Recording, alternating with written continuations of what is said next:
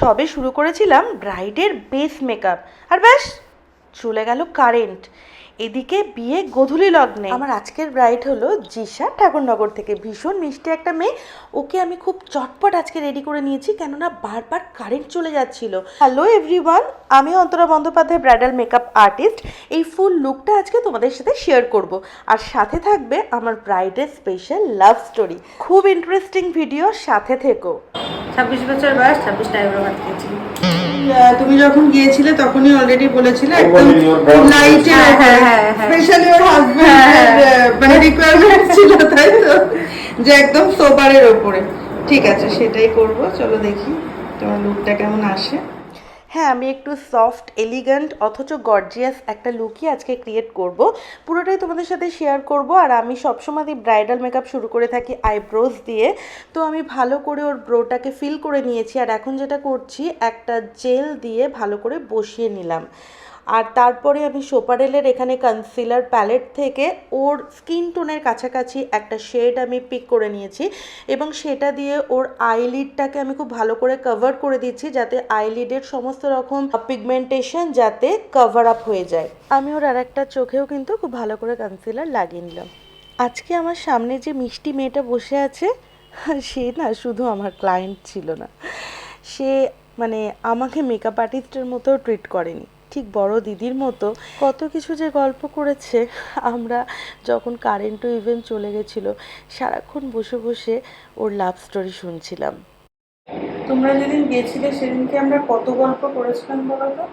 তোমার মনে আছে কিনা আমি জানি না। হ্যাঁ, মানে সচরাচর তো ধরো সবার সাথে এত কথা হয় না, মানে সেই সুযোগটাও পাওয়া যায় না সব সময়। ওই জাস্ট ইয়েতে একটু কথা হলো, লুক নিয়ে কথা হলো, আর ধরো জিপে ফোন পে হয়ে গেল, ব্যাস হয়ে গেল। ঠিক আছে, পৌঁছে যাবো। আসলে যখন কাজ করতে যাই তখন অবশ্যই কাজের মধ্যে প্রফেশনালিজম থাকে, কিন্তু তবুও না কিছু কিছু মানুষের সাথে খুব সুন্দর একটা বন্ডিং তৈরি হয়ে যায়। আর অনেকটা সময় একসাথে কাটাই, সেই সময়টাতে অনেক গল্প, অনেক কিছু একটা অদ্ভুত কানেকশন তৈরি হয়, যেটা সত্যি ভীষণ ভালো লাগে। আমি সত্যি খুব লাকি, আমার সমস্ত ব্রাইডদের সাথে এত সুন্দর একটা সম্পর্ক তৈরি হয়ে যায়। আর তারা না বোঝে যে আমি শুধুমাত্র সাজানোর জন্য আসিনি, তাদেরকে আমি ফিল করতে এসেছি, তারা কি চাইছে, কতটা চাইছে, এবং তাদের সমস্ত কিছু আমি শুনেই কাজ করি। আমার এটা ভালো লাগে, আমার নিজেরটা আমি সবসময় চাপিয়ে দিই না। দেখো, ওর আই মেকআপটা আমি একটা কপারিশ কালারের মধ্যে রেখেছি, এবং তার সঙ্গে লাইনার লাগিয়ে নিয়েছি। কতটা সুন্দর দেখতে লাগছে। এইবার আমি স্কিন প্রিপারেশনটা করে নিচ্ছি ওর বেস মেকআপটা করার জন্য। যেহেতু ও একটু সাটল লুক চেয়েছে, তাই জন্য আমি আইসে কিন্তু খুব ভাইব্রেন্ট কোনো কালার ইউজ করিনি, এবং স্কিন টোনটাও আমি একেবারেই ওর স্কিন টোনের সঙ্গে মানানসই করেই রাখবো, যাতে করে কোনো কিছু খুব ওভারডু মনে না হয়। আর তার সাথে আমাদের গল্প কিন্তু চলতেই থাকছে। এই বাচ্চাগুলো খুব মজা করে, আমার খাটের পর বসে থাকে। এবার এক একজন করে যে আমার ড্রেসিং টেবিলে দেখতে যায়, আর ওরকম ভাবে যায়, মানে একটু সেজে যায়, সব একসাথে এরকম ভাবে চেঁচিয়ে উঠবে এক একজন ঢুকলে। মানে ওদের কাছে ওটা একটা খুব বিয়ের বিষয়। কালকে মেহেন্দি আছে, যখন নাচানাচি করছে, ওরে বাবা, খুব মজা। বিয়ের তো এগুলোই একটা মজা। হ্যাঁ, কালকে মেহেন্দিতে গানও করেছি আমরা সব, ভাই গিটার নিয়ে আসতে বলেছিলাম একটা ভাইকে, পরে দুটো গান তুলেছিলাম, এগুলো করেছি। তারপর সবাই জয়েন করেছে, বোনরা সব নাচ টাচ তুলে নাচ করেছে। বাহ, সত্যিই তাই, বিয়ের এই মুহূর্তগুলো সারা জীবন আমাদের মনে থাকে, সেই জন্যই তো বিয়েটা এত স্পেশাল হয়। আর এই স্পেশাল মোমেন্টের সাথে যে আমি যুক্ত থাকতে পারি, এই জন্য আমার ভীষণ ভীষণ ভীষণ ভালো লাগে। এখন তো বেসটা ওর সেট করছি, আর এই করতে করতে ওই দেখো আবার চলে গেল কারেন্ট। কি করব, গল্পই করছি আমরা। এদিকে আবার আমার একটু টেনশনও হচ্ছিল, কেননা ওকে খুব তাড়াতাড়ি রেডি করে দিতে হবে। ঠাকুরনগরে এসেছি, সবাই একটু তাড়াতাড়ি বিয়েবাড়িতে চলে আসবে, তাই জন্য এখন কারেন্ট আসাতে ঝটপট করে সেট করে নিচ্ছি ওর ফেসটা। এইবার ওর মুখ থেকে ওর লাভ স্টোরিটা একটু শুনে নেওয়া যাক, চলো। ওর বাড়ির থেকে অন্য জায়গায় মেয়ে দেখে বিয়ের ঠিক জুলাইয়ের 7 তারিখ কি 17 তারিখ জুলাইয়ের বিয়ে ঠিকঠাক, কেনাকাটা শুরু, সব কিছু শুরু। হ্যাঁ, মেয়েটা 3rd ইয়ারে পড়ে। আমারটা নিয়ে বেরোলো সকালবেলা, মেয়ে দেখতে দুপুর, রবিবারের দিন মেয়ে দেখতে গেল, সন্ধ্যার সময় আমার সাথে দেখা হবে, বললাম চলো ঘুরে আসি। তাই ঘুরতে চলে গেলাম গাইঘাটের দিকে। তখন আমি বললাম যে কেমন দেখলে মেয়ে? বললো ভালো। আমি বললাম যে আচ্ছা কি করে? বলছে থার্ড ইয়ার করে। তুমি হাঁটুর বয়সী মেয়ের সাথে বিয়ে করছো? আমি তো 8 বছরের ছোট ছিলাম, তাই এ তো আমার থেকেও অন্তত 7 বছরের ছোট হয়ে যাবে, এত বিয়ে করছো কেন কম বয়সী? বলছে না এটা খুব ভালো, ফোন টোন ইউজ করে না, বাড়িতে খুব পছন্দ।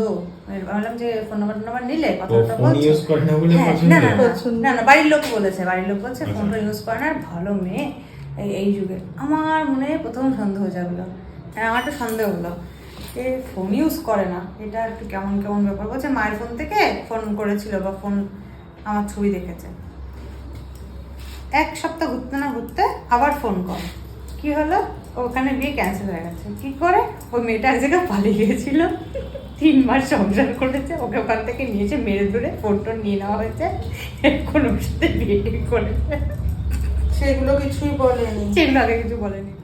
তা এখনো কি সেই বকাটা মানে বকার জায়গায় রয়েছে নাকি চেঞ্জ হয়েছে এখন কিছু? কি তুমি ওকে বকো না ও তোমায় বকে? দুটোই হয়, মানে আগে আমি একদম আমি ভুল জানি। পেতাম, এখন আস্তে আস্তে এখন দেখবে আস্তে ও আস্তে তুমি পুরোটাই বকবে, উল্টে যাবে। উল্টে যাবে, এটা স্বাভাবিক, বিয়ের আগে আর পরে। এত কিউট একটা মোমেন্ট আর এত মিষ্টি করে ও গল্পটা আমাদেরকে বলল। আসলে হয়েছিল কি, ওর হাজব্যান্ডের সাথে অন্য একজনের বিয়ে ঠিক হয়েছিল, তারপরে যাই হোক সেটা ক্যান্সেল হয়ে গেছিলো এবং ওদের মধ্যে একটা পরিচয় ছিল এবং সেখান থেকে গড়ে উঠেছে ভালোবাসা। প্রথমে একটু বড় হিসেবে মানে বকাবকি করতো ওর হাজব্যান্ড, তারপরে যা হয় আর কি। তো এত সুইট, এত কিউট একটা মোমেন্ট ক্রিয়েট হয়েছিল।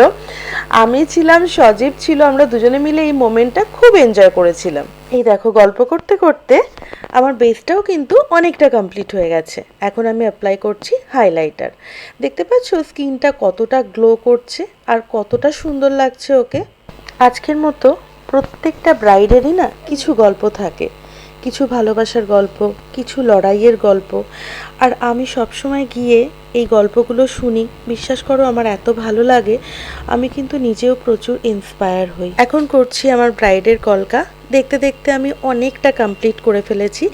এরপরে ড্রেস, জুয়েলারি আর হেয়ার স্টাইলটা করলেই কিন্তু ওর ব্রাইডাল লুকটা পুরোপুরি কমপ্লিট হয়ে যাবে। আর অবশ্যই রেড আউটফিট তো থাকবেই, আর সেই জন্য তার সঙ্গে মানানসই করে একটা সুন্দর রেট্রো রেড কালার লিপস আমি ওকে দিয়েছি। এই দেখো এটা হচ্ছে আমার ব্রাইডের আজকে ফাইনাল লুক। তোমরাই দেখে বলো যে কেমন হয়েছে। যদি ভালো লাগে অবশ্যই আমাকে জানিও। Every bride has a story and I feel blessed to be part of it. Thanks for watching. যারা এতক্ষণ ধরে আমার ভিডিওটা দেখলে আর যারা আপকামিং ব্রাইডস আছো তারা যদি যোগাযোগ করতে চাও তাহলে অবশ্যই নিচে দেওয়া নাম্বারে ফোন করে বা হোয়াটসঅ্যাপ করে তোমাদের ডেটাকেও এইভাবে স্পেশাল করে তুলতে পারো, বুকিং করে নিতে পারো। আজকে আসি, টাটা, বাই।